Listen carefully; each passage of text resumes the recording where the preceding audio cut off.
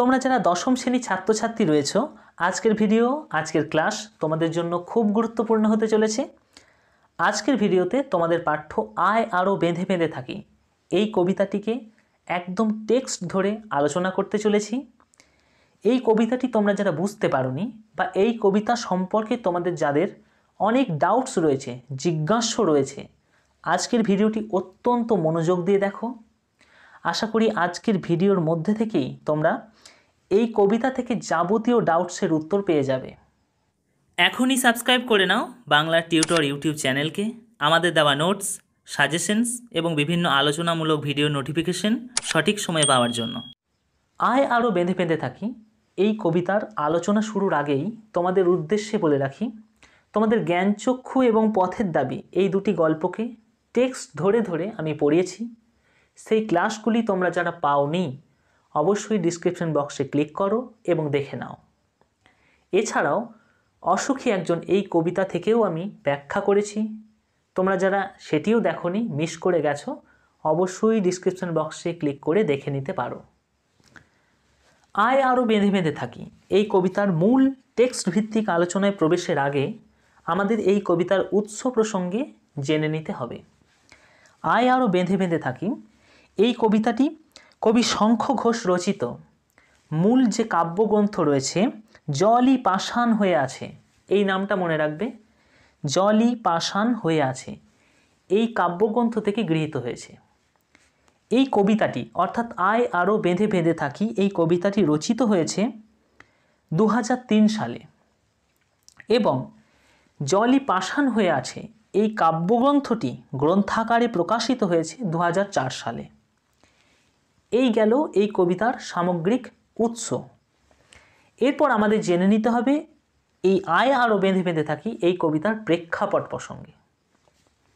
প্রথমেই বলি, যে কোনো কবি যখন কোনো একটি কবিতা রচনা করেন তার পিছনে নিশ্চয়ই কিছু কারণ অর্থাৎ প্রেক্ষাপট থাকে, সামাজিক রাজনৈতিক কোনো কারণ লুকিয়ে থাকে, সেই কারণেরই প্রতিফলন ঘটে কবিতার মধ্যে।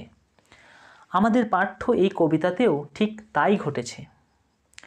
এই কবিতার অর্থাৎ আয় আরও বেঁধে বেঁধে থাকি এই কবিতার প্রেক্ষাপট অর্থাৎ কেন এই কবিতা রচনা করা হলো, সেই কারণটি জানতে গেলে আমাদের ফিরে যেতে হয় এই কবিতাটি রচনার অর্থাৎ 2003 সাল, এই কবিতাটি রচনার সময় অর্থাৎ 2003 সাল থেকে আরও 10 বছর পিছনে আমাদের যেতে হবে।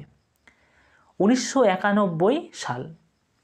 1991 সালে আরব, ইরান, ইরাক এই যে অঞ্চল, এই অঞ্চলে যে তৈল সম্পদ রয়েছে অর্থাৎ তেলের খনি, প্রচুর টাকা পয়সা এখান থেকে হয়, এই তৈল সম্পদগুলি কার দখলে থাকবে এই নিয়ে ইরাক এবং কুয়েত এই দুটি প্রধান দেশের মধ্যে সংঘাত তৈরি হয়। অর্থাৎ এই তৈল সম্পদের মালিক কে হবে, এই দুটি দেশের মধ্য থেকেই একটি সংঘাত তৈরি হয়, যুদ্ধের পরিস্থিতি তৈরি হয়। বিশেষত পরবর্তীকালে কুয়েত, ইংল্যান্ড, ফ্রান্স, আমেরিকা এই রকম শক্তিশালী দেশের সাহায্য পায়, ফলে ইরাকের ওপর চাপ সৃষ্টি করতে থাকে এবং যুদ্ধ তৈরি হয়ে যায়, যুদ্ধের পরিস্থিতি তৈরি হয়। 2003 সালে এই যুদ্ধের অবসান হয় এবং ইরাক পরাজিত হয়। ইরাকের তৎকালীন প্রেসিডেন্ট তাকে পদচ্যুত করা হয়। মূলত এই প্রেক্ষাপটকে সামনে রেখেই এই কবিতাটি রচনা করা হচ্ছে। কিন্তু এই সময়ের মধ্যে অর্থাৎ 1991 থেকে 2003 এই এত বছরের মধ্যে ভারত তথা সমগ্র বিশ্ব ইতিহাসে আরও অনেক যুদ্ধ, আরও অনেক সন্ত্রাসবাদ, হানাহানি, প্রাণহানি ঘটে গেছে। কবি এই সমস্ত দিকগুলিকেও তার কবিতার মধ্যে ফুটিয়ে তুলছেন। তিনি অর্থাৎ শঙ্খ ঘোষ এই কবিতার মধ্য দিয়ে তার যুদ্ধ বিরোধী মনোভাব সেটাকে ব্যক্ত করছেন। তিনি দেখাতে চাইছেন যে যুদ্ধ মানুষকে কখনোই শান্তি দিতে পারে না, হিংস্রতা, হানাহানি, সন্ত্রাসবাদ কখনোই মানুষকে শান্তি দেয় না, এবং সাধারণ মানুষ এই যুদ্ধ থেকে কিভাবে রুখে দাঁড়াবে সেই আশার বাণীও তিনি শোনাচ্ছেন এই কবিতার মধ্য দিয়ে। এই হয়ে গেল এই কবিতার প্রেক্ষাপট, কেন রচনা করা হয়েছিল। চলে এসেছি টেক্সট ভিত্তিক আলোচনায়। কবি শঙ্খ ঘোষ বলছেন, আমাদের ডান পাশে ধস, আমাদের বাঁয়ে গিরিখাত, আমাদের মাথায় বোমারু, পায়ে পায়ে হিমানির বাঁধ, আমাদের পথ নেই কোনো, আমাদের ঘর গেছে উড়ে। এখানে একটা জিনিস তোমরা লক্ষ্য করবে, কবি আমাদের কথাটি ইউজ করছে। আমরা, এই আমরা বলতে কবি কাদেরকে বোঝাচ্ছেন এটা একটু আমাদের জেনে নিতে হবে। কবি আমরা বলতে বোঝাচ্ছেন যুদ্ধের ভয়াবহতায় ভীত, সন্ত্রস্ত সাধারণ মানুষ, যারা যুদ্ধের ফলাফল বা যুদ্ধ কেন হচ্ছে এইসব সম্পর্কে কিছুই জানে না, যারা নির্দোষ। যুদ্ধের ভয়াবহতা কিন্তু তাদের পীড়িত করে, সেই সমস্ত মানুষদের হয়েই কবি কথা বলছেন। অর্থাৎ পুরো কথাটা এইভাবে দাঁড়ালো, আমরা বলতে কবি বোঝাচ্ছেন এই বিশ্ব রাজনীতি জুড়ে বা সমগ্র বিশ্ব জুড়ে যে যুদ্ধের আবহাওয়া তৈরি হয়েছে, সেই সময়ের মধ্যে যুদ্ধের ভয়াবহতায় ভীত, সন্ত্রস্ত, নিরপরাধ, আশ্রয়হীন সাধারণ মানুষদের। অর্থাৎ পরীক্ষায় যদি প্রশ্ন পড়ে যে কবি আমরা বলতে কাদের কথা বোঝাচ্ছেন, এটা উত্তর লিখতে হবে। আমি স্ক্রিনে দিয়ে দিয়েছি, তোমরা লিখে নিতে পারো। এরপর আমরা চলে আসি পরের ব্যাখ্যায়। কবি বলছেন আমাদের ডান পাশে ধস। ডান পাশ অর্থাৎ আমাদের সব থেকে শক্তিশালী জায়গা, যেটাকে ধরে আমরা, যেটাকে আঁকড়ে ধরে আমরা বাঁচব। আমরা অর্থাৎ আমি বললাম সাধারণ মানুষ, যারা যুদ্ধের ভয়াবহতা সম্পর্কে ভীত, কিন্তু যুদ্ধ কেন হচ্ছে এসব কিছুই জানে না। তারা এরকম সাধারণ মানুষ, আশ্রয়হীন মানুষ, নিরন্ন মানুষ, তারা কি করে, সাধারণত রাজনৈতিক মতাদর্শ এইটা ধরেই বাঁচতে যায়।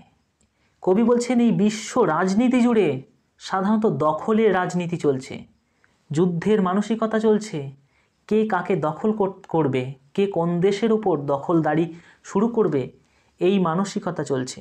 সুতরাং ডান পাশে অর্থাৎ রাজনৈতিক মতাদর্শে ধস ধরেছে, ধস লেগেছে। সাধারণ মানুষ যদি এই রাজনৈতিক মতাদর্শকে কেন্দ্র করে বাঁচতে যায়, সমূহ বিপদ। কবি বলছেন আমাদের বাঁয়ে গিরিখাত। বাঁ অর্থাৎ ডান দিকটায় ধস, বাঁ দিক অর্থাৎ সামাজিক মূল্যবোধ।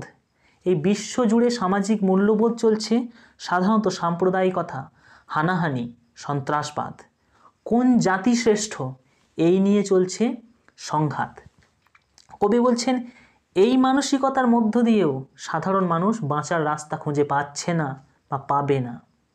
গিরিখাত, আগেরটা ছিল ধস অর্থাৎ রাজনৈতিক যে যুদ্ধপ্রবণ মানসিকতা, এটাকে কবি বলছেন ধস। এবার সাম্প্রদায়িকতা, কোন জাতি শ্রেষ্ঠ, এটাকে কবি বলছেন গিরিখাত, অর্থাৎ আগের থেকেও ভয়ঙ্কর, যুদ্ধের থেকেও সাম্প্রদায়িকতা আরও ভয়ঙ্কর। কবি এখানে সেদিকটাই তুলে ধরছেন। অর্থাৎ সাধারণ মানুষ আজ নিরুপায়, তার কাছে যাওয়ার কোনো রাস্তা নেই। কবি বলছেন আমাদের মাথায় বোমারু। বোমারু মানে যে বিমান থেকে যুদ্ধের জন্য বোমা ফেলা হয়।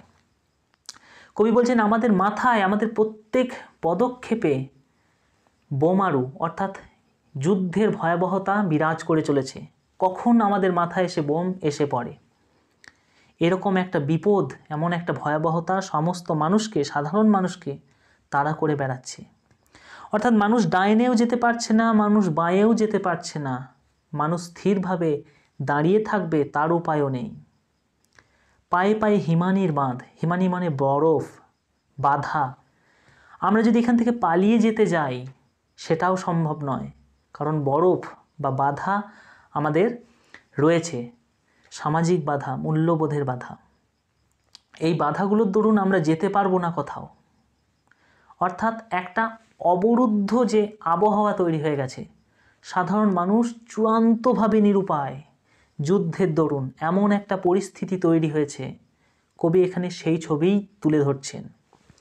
কবি বলছেন আমাদের পথ নেই কোনো, আমরা এই নিরন্ন মানুষ, আশ্রয়হীন মানুষ, আমাদের যাওয়ার কোনো রাস্তা নেই। আজ সমস্ত রাস্তা বন্ধ, আমাদের ঘর গেছে উড়ে। আমরা যে আশ্রয়কে কেন্দ্র করে বাঁচতে চাই সেই আশ্রয়ও আমাদের নেই, আমরা নিরাশ্রয়। এরপর চলে আসি, কবি বলছেন আমাদের শিশুদের সব ছড়ানো রয়েছে কাছে দূরে। অর্থাৎ এই যুদ্ধ, সমগ্র বিশ্বব্যাপী এই যুদ্ধের যে আবহাওয়া তৈরি হয়েছে, এই যুদ্ধ থেকে আমাদের ভবিষ্যৎ প্রজন্ম, শিশু মানে ভবিষ্যৎ প্রজন্ম, আমাদের নির্দোষ ভবিষ্যৎ প্রজন্ম মুক্তি পায়নি, রেহাই পায়নি। তারাও মৃত, অর্থাৎ আমাদের ভবিষ্যৎ অন্ধক, আমাদের ভবিষ্যৎ মৃতপ্রায়, আমাদের ভবিষ্যৎ প্রজন্ম বলে আর কিছু থাকবে না এই যুদ্ধের দরুন। ছড়ানো রয়েছে কাছে দূরে, কাছে দূরে মানে চারিদিকে। আমরা যদি চারিদিকেই দেখতে যাই তাহলেই দেখব আমাদের ভবিষ্যৎ প্রজন্মকে পঙ্গু করে দেওয়ার, হত্যা করার আয়োজন চলছে সমস্ত দেশে, সমস্ত বিশ্ব জুড়ে। আমরাও তবে এইভাবে এই মুহূর্তে মরে যাব নাকি? কবি এখানে একটা সংশয় তুলে ধরছেন, বলছে এই রকম যখন পরিস্থিতি তৈরি হয়ে গেছে, সাধারণ মানুষ যারা যুদ্ধ কেন ঘটছে কিছুই জানে না, যুদ্ধের ভয় যাদেরকে প্রত্যেক মুহূর্তে মুহূর্তে তাড়া করে বেড়াচ্ছে, এই মানুষগুলো যখন কোথাও যাওয়ার রাস্তা নেই, তখন এই মানুষগুলোর মনে একটা চিন্তা, কবি যেন সেই চিন্তাকেই তুলে ধরছেন। কবি বলছেন আমরাও, অর্থাৎ এই সাধারণ মানুষগুলো, সাধারণ রিক্ত আশ্রয়হীন মানুষগুলো মনে এটাই ভাবছে যে হয়তো এই মুহূর্তেই আমরাও মরে যাব, আমাদের পথ নেই আর, আমরা কোথায় যাব? আমাদের তো পথ নেই, এখানে দাঁড়িয়ে দাঁড়িয়েই মরতে হবে, হয়তো নিরুপায়ভাবে মরতে হবে, আয় আরও বেঁধে বেঁধে থাকি।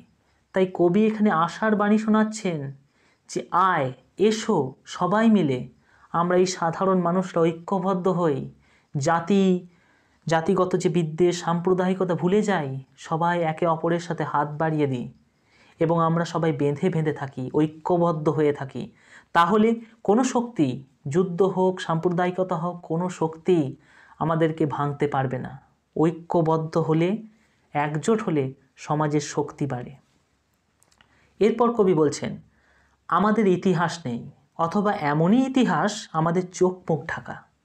আমাদের এই সমস্ত সাধারণ মানুষ যারা খেটে খায়, দৈনন্দিন জীবনযাপন করে, যারা যুদ্ধ বিগ্রহ, রাজনীতি, সাম্প্রদায়িকতা কিছুতেই থাকে না, এই সমস্ত মানুষদের ইতিহাস নেই। ইতিহাস মানে অতীত ইতিহাসে এই সমস্ত মানুষদের চর্চা করা হয়নি, এই সমস্ত মানুষদের জীবন নিয়ে কেউ কিছুই ধার ধারে না, কেউ কিছু লিখে রাখে না।